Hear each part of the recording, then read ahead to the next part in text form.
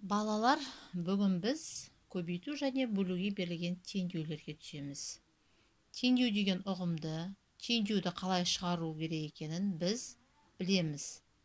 Теңдеудің біз қосу және азайту түрін шығарып жүрдік. Енді біз бүгін теңдеудің бөлу мен және көбейтумен шығару түріне келеміз.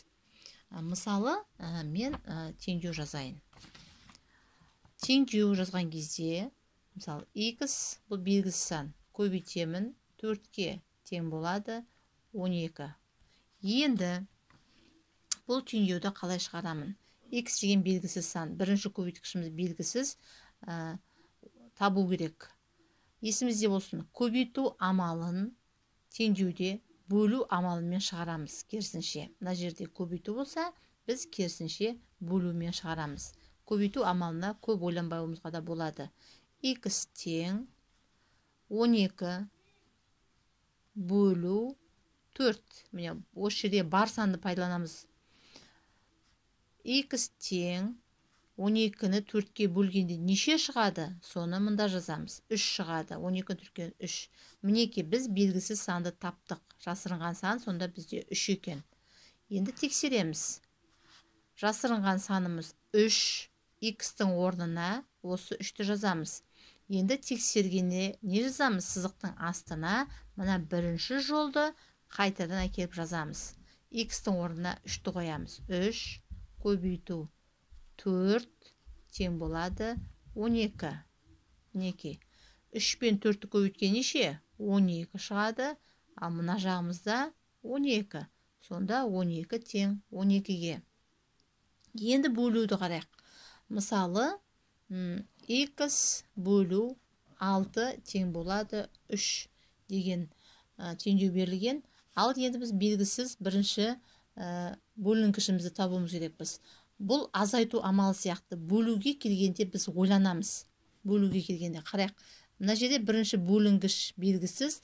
Мына бір теңдеуді жазып қарайын. Мына жерде 6 бөлу x болса, бұл жерде бөлгіш белгісіз. Осыған келгенде біз ойлануымыз керекпіз. Егер бөлінгіш белгісіз болса, біз не істейміз?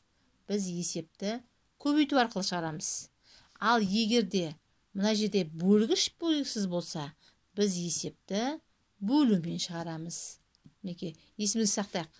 Бірінші сан белгісіз болса, көбейтеміз, ал екінші сан белгісіз болса, бөлеміз. Осы ережені мықтап есімізге сақтап алайық.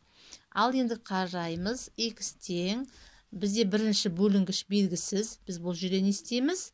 Бұл жерде біз көбейтеміз. Көбейтеміз 3-ке мына 6-ны. Сонда x тең болады 3-6 көбейткенде 18. Тексереміз. Тексерген кезде бірінші жолды қайтадан мында келіп жазамыз.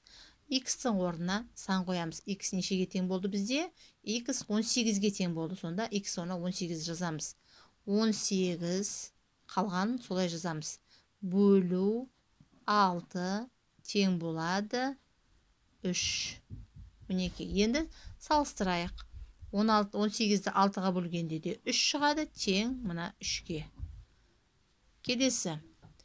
Айттым, X екінші тұрса, бұл жерде біз не істейміз? Бұл жерде біз бөлеміз. X тең 6-ны 2-ге бөлеміз. X тең шығады 3. Сонда жасырынған санымыз 3 екен бұл жерде. Енді тексереміз. Тексергенде бірінші жолды астына түсіреміз.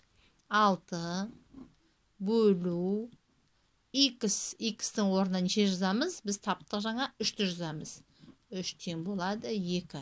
Енді салыстырайық. Мына жағы 2 шығып тұр, 2-ні жазамыз. Мына жағы 6-ны 3-ке бөлгенде неше болады? 2 болады. Сонда 2 тең 2-ге.